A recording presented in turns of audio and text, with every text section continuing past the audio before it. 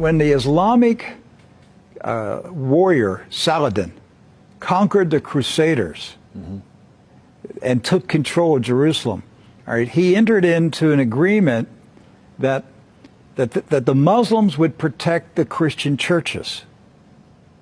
And so he appointed 2 Muslim families.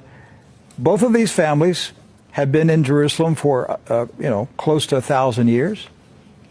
And each generation has passed down the key. The key. Right.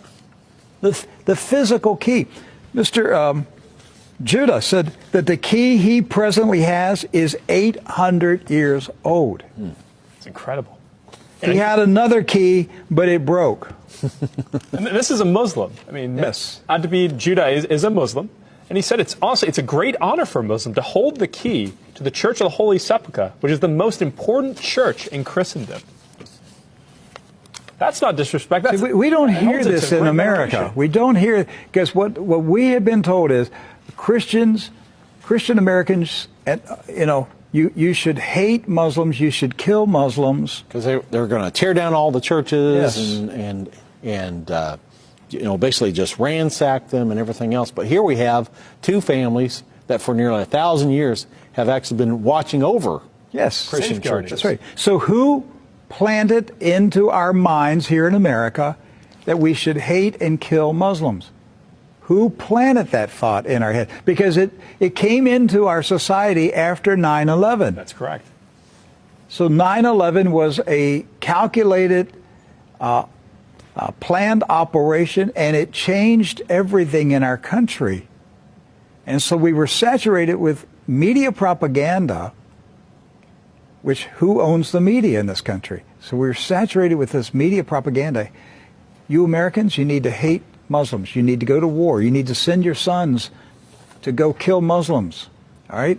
And yet, when you go to the Middle East, you find out that the Muslims, like Christians, are taking care of Christian churches. Yes. Do not hold animosity against Christians or Americans, except in the case where Americans are pushing for war in their countries or trying to take their land. So they've lived together.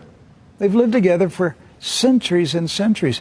Jews, Christians, and Muslims have lived together for centuries. They were buying and selling. They were trading. They were doing business together. They were building houses next door to each other for centuries. And it didn't change until the Zionists came. Now, see, you say, wait a minute, I thought Zionists are Jews. Not all Jews are Zionists. And not all Zionists are Jews. Right. Zionism is a political movement. Yes. Right. It's an ideology. Yes. Not an ethnicity. And so when the Zionists came to Jerusalem and Palestine, basically in the 1920s and 30s and 40s, right, they came to agitate. They came to infiltrate. They came to seize control. And so they formed paramilitary groups, like Irgun. And that's where Ariel Sharon and Menachem Begin, these guys were young terrorists. Yes. That's right. And so there's where the hatred started to come in. The fighting, the animosity, the bitterness. But it didn't start until the Zionists appeared. The fighting, the animosity, the bitterness. But it didn't start until the Zionists appeared.